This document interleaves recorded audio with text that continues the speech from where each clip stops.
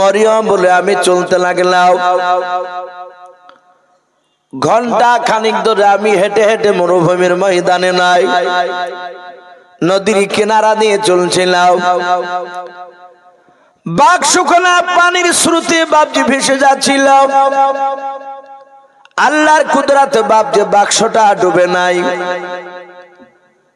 কিতাবে পাওয়া যায় মরিয়ম বলে দেখলাম ওই বাক্সখানা ভাসতে ভাসতে গিয়ে একেবারে হঠাৎ করে দাঁড়িয়ে গেল। এত স্রোত কিন্তু বাক্সটা আর যায় না। দেখলাম ওই নদীর কিনারায় একটা বিরাট বড় বাপজি বাড়ি দেখতে পেলাম। তাফসীরে লেখা আছে ওই বাড়িটা ছিল ফেরাউনের বিলাসিতা করার বাড়ি। রাজা বাদশাদের বাপজি একটা বাড়িতে হয় না, কয়েকটা বাড়ি থাকে। অনেক রাজাদের বাপজি বাড়ি নদীর ওপরে দেখতে পাওয়া যায়। গরমের সময় বাপজি বাতাস খাওয়ার জন্য।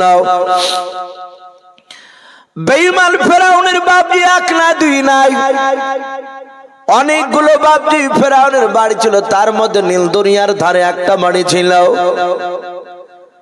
ওই বাড়ির দরজার কাছে নাই বাবা, ওই নদীর কিনারায় যে বাড়িটা রয়েছে সেই বাড়িটার কাছে গিয়ে একেবারে বাক্সটা কানা বাপজি গিয়ে লেগে গেল। মরিয়ম বলে আমি আড়াল থেকে, আমি দূর থেকে দেখছিলাম, কেউ যেন বুঝতে না পারে আমি বাক্সটাকে ফলো করতে করতে আসতেছি। ফেরাউন তার বিবি বাপজি আসিয়া বলে নাম রয়েছে, হযরতে আসিয়া, সেই জামানা বিশ্ব সুন্দরী আসিয়া তার স্বামীকে নিয়ে ফেরাউনকে নিয়ে বাপজি আনন্দ করেছিল নদীর পাড়ে। হঠাৎ করে আসিয়া বাক্সর দিকে নজর করলাম। আসিয়া বলেন স্বামী ওই দেখেন এত সুন্দর বাক্সখানা দেখতে পাওয়া যাচ্ছে, একেবারে আমাদের ঘরের কিনারায় লেগে গিয়েছে। ফেরাউন বলল বিবি আসিয়া ও বাক্সর দিকে তাকায়ও না, ও বাক্সতে নোংরা থাকতে পারে। ওরে আসিয়া এর চেয়ে সুন্দর বাক্স তোমাকে আরেকটা বানিয়ে দেব আমি। আসিয়া বলেছিল স্বামী গো আমি দুনিয়ার কোন বাক্স তোমার কাছে চাইনি নতুন করে।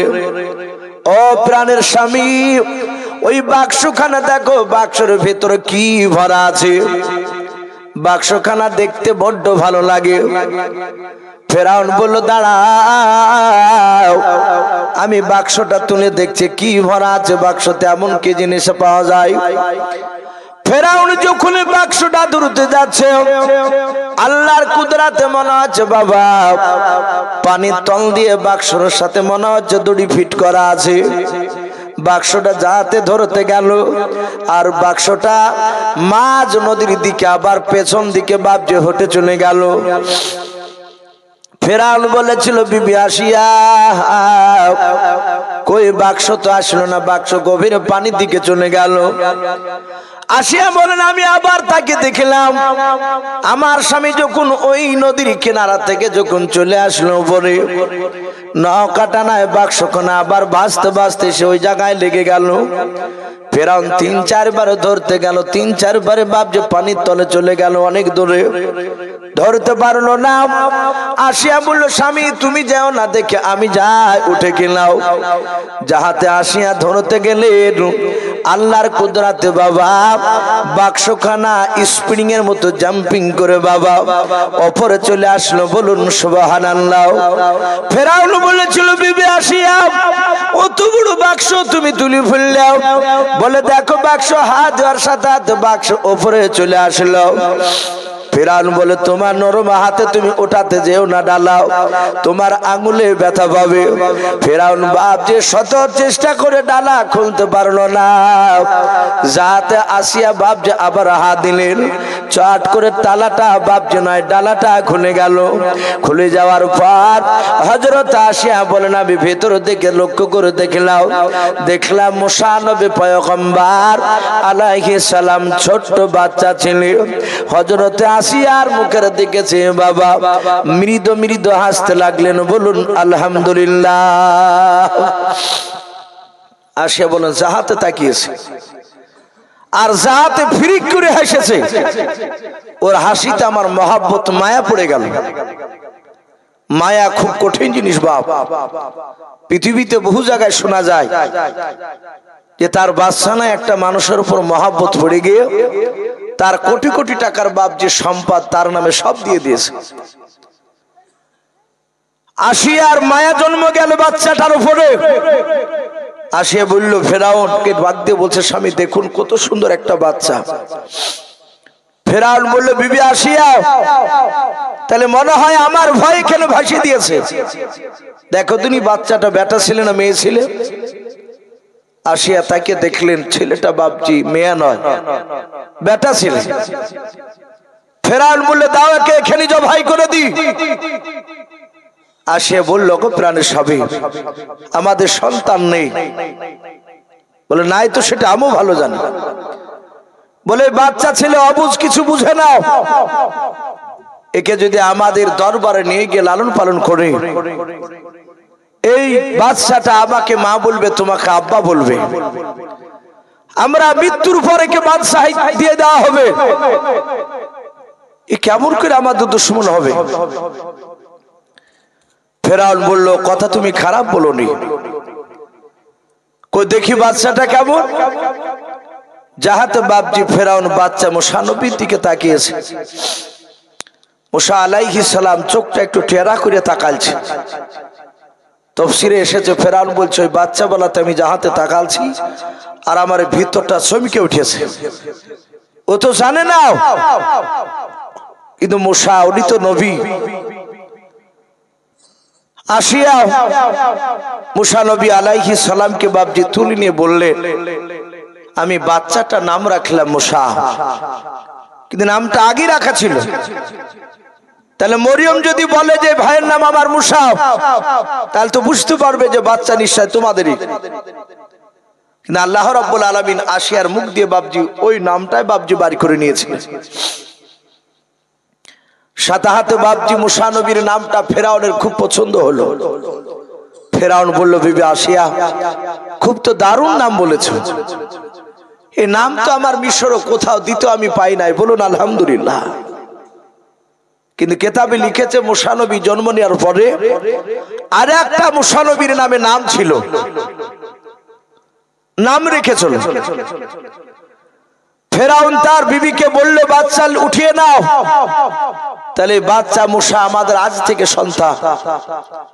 রাজ দরবারে এসে ফেরাউন বলল আমার ছেলে মুসাকে আমি বেঁচে থাকা অবস্থায় কেউ যদি বলো যে মুসা ফেরাউনের বেটা নয়, এই কথা জবান দিয়ে সেই বের করবে তাকে সাথে হাতে তাকে মৃত্যুদণ্ড করা হবে, জবাই করে দেওয়া হবে। লোকের ভয় হয়ে গেল, কারণ ই তো বদমাইশ বাদশা, খামখেয়ালি বাদশা যাকে বলে। লোকের সবাই ভয়, কেউ আর বলে না, সবাই ফেরাউনের বেটা বলে। আসে বলল অনেকক্ষণ ধরে নিয়ে এসেছি, আমার তো স্তনে দুধ নেই, কারণ বাচ্চা তো আমি জন্ম দিইনি। তাহলে বাচ্চা খাবে দুধ কোথা থেকে?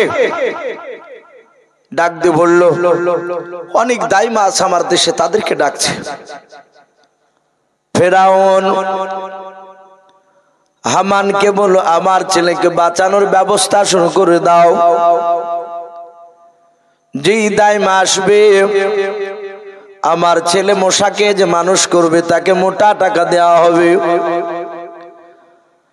হামান রাজ দরবারে গিয়ে বাপজি প্রচার শুরু করে দিল। গই গ্রামে বাপজি আপনার ঢোল পেটিয়ে দিল, কে আছো? আমার বাদশাহ ফেরাউনের ছেলেকে কে মানুষ করবে? যার দুধে মুখ লাগে দুধ পান করবে তাকে মোটা অঙ্কের টাকা দেওয়া হবে। এক না দুই না বাপজি প্রায় 750 মতো বাপজি দাইমা হাজির হলো। এক এক করে বাপজি সবারই বাপজি স্তনে মুখ লাগায়, কিন্তু মুসা নবী পয়গম্বর আলাইহিস সালাম কারো স্তনে মুখ লেগে বাপজি দুধ টানে নাই, বলুন সুবহানাল্লাহ। মুসা নবী মায়ের দিকে তাকায়, যে মেয়েটা মুসা নবীকে কোলে নেয়, মুসা নবী তাকিয়ে দেখে ইনি আমার জন্ম দক্ষিণে মা নয়। এত চেষ্টা করে বাপ যে খাওয়াতে পারে না, মুসা নবী শুধু কাঁদে। এইভাবে বাপ যে আপনার কয়েক শুধু বাপজি দাইমা রাও, সবাই বাপজি আপনার ফেলোয়ার হয়ে গেল, কেউ খাওয়াতে পারলো না। ফেরাউন এতক্ষণ বাবা ওই বাক্স থেকে বাপজি মুসা নবীকে তোলার আগে মুসা নবীকে মারা নিয়ে ব্যস্ত পড়েছিল, কিন্তু এবার মুসা নবীকে বাপজি বাঁচানো নিয়ে বাপজি বাতিব্যস্ত হয়ে পড়েছে। ঘাম কপাল দিয়ে বেড়ে গিয়েছে। চিন্তা করে বলুন, আসিয়া আমার ছেলে মুসাকে মনে হয় আর বাঁচাতে পারা যাবে না। ফেরাউন বললে, কেউ কি নাই আমার দেশি বাচ্চাকে দুধ খাওয়ানোর মতো দাইমা। হঠাৎ করে বাপজি মরিয়ম দূর থেকে দেশখানা দেখতেছিল। মুসা নবীর বোন এ মরিয়ম বাপজি আপনার অজানার ভান করে গিয়াও ডাক দিয়ে বলেছিল, ওগো বাদশাহ নামদার, আমি অনেকক্ষণ দূরে দেখলাম অনেক মেয়েরা তোমার ছেলেকে দুধ খাওয়ানোর জন্য নিয়ে গেল, কারো স্তন মুখ লাগে দুধ পান করে না। যদি কিছু মনে না করো, আমার বাড়ির পাশে এমন একটা দাইমা জানা আছে, আমার সেই দাইমাটা আমার ধারণা তোমার বাচ্চার কাছে নিয়ে আসলে ওই বাচ্চাটাও আমার ওই তাই তোমার মুসা ছেলে ওই দাইমার দুধ না খেয়ে থাকতে পারবে না। বলুন সুবহানাল্লাহ।